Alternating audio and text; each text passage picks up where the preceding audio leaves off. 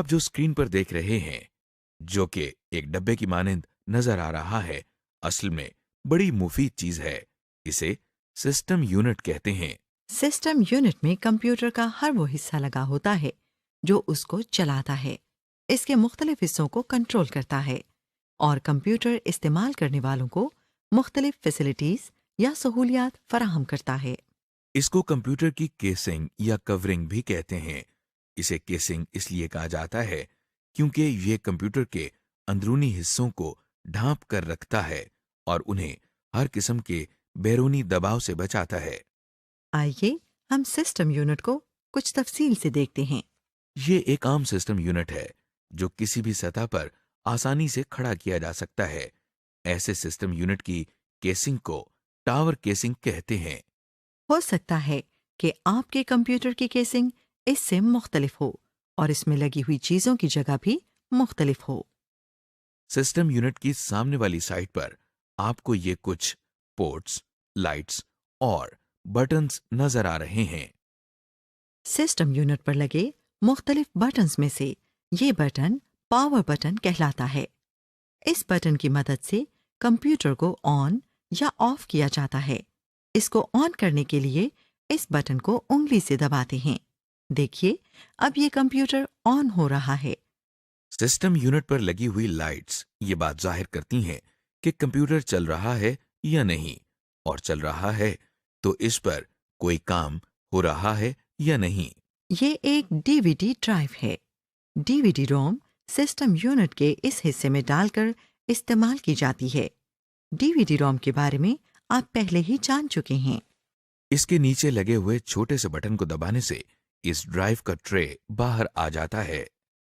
CD या DVD को DVD drive की ट्रे पर इस तरह रखा जाता है और दोबारा इसी बटन को दबाने से डीवीडी ड्राइव के अंदर इंसर्ट हो जाती है।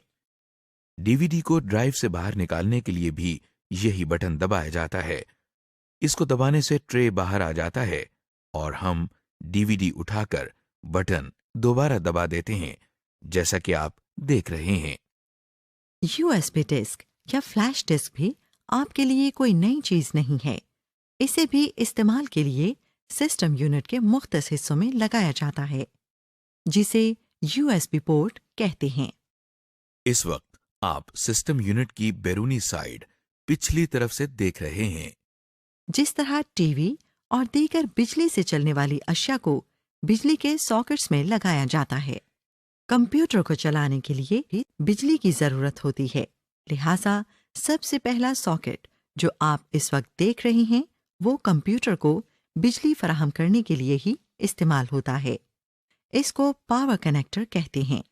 वो तार या केबल जिसके जरिए कंप्यूटर को बिजली फराहम की जाती है, इसको पावर केबल कहते हैं। इस केबल का प्लग बिजली के स्विच बोर्ड में लगाते हैं। इस केबल का दूसरा सिरा कंप्यूटर में इस तरह लगता है। जिस तरह सिस्टम यूनिट को चलाने के लिए बिजली की जरूरत होती है, इसी तरह मॉनिटर को चलाने के लिए भी बिजली की जरूरत होती है। इसके लिए भी पावर केबल इस्तेमाल की जाती है। अब आप जो पोर्ट देख रहे हैं इसे यूएसबी पोर्ट कहते हैं, यानी यूनिवर्सल सीरियल बस।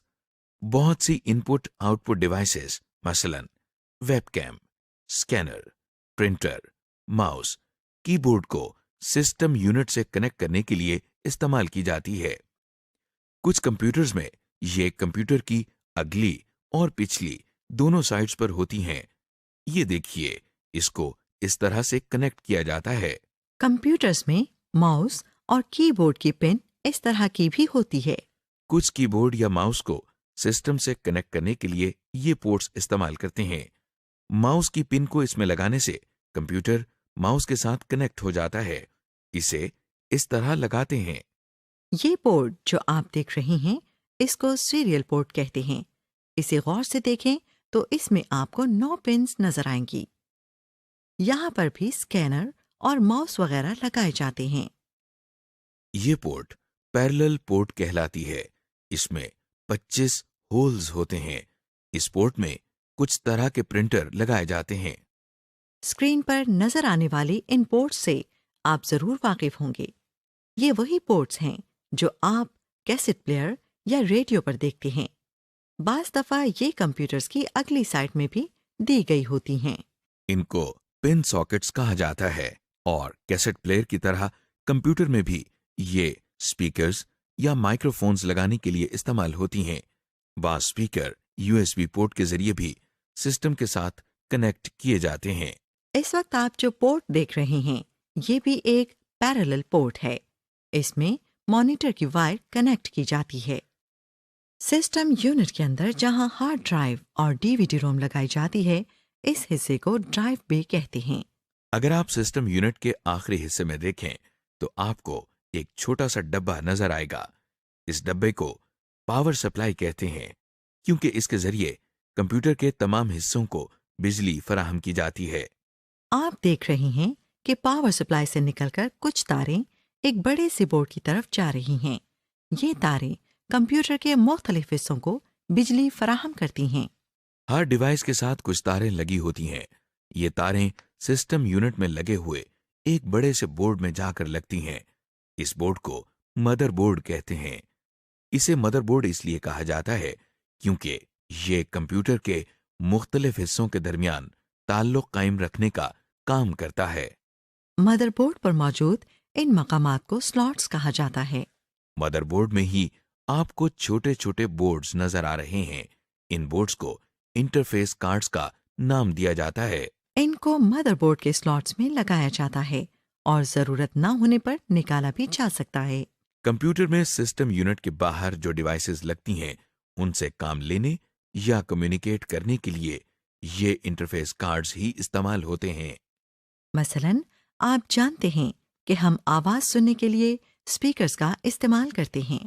سسٹم یونٹ کے اندر جو کارڈ اسپیکر کے ساتھ کمیونیکیٹ کرنے کے لیے استعمال ہوتا ہے اسے ساؤنڈ کارڈ کہتے ہیں۔ اسی طرح جب ہم ایک سے زیادہ کمپیوٹر کو آپس میں کنیکٹ کرتے ہیں تو ہم کہتے ہیں کہ یہ نیٹ ورک بن گیا ہے۔ ایک کمپیوٹر کو دوسرے کمپیوٹر سے کمیونیکیٹ کرنے کے لیے جس انٹرفیس کارڈ کی ضرورت ہوتی ہے اسے نیٹ ورک کارڈ کہتے ہیں۔ اب آپ مدر بورڈ پر لگی جس ڈیوائس کو دیکھ رہے ہیں وہ پروسیسر کہلاتی ہے۔ اسے کمپیوٹر کا دماغ کہتے ہیں۔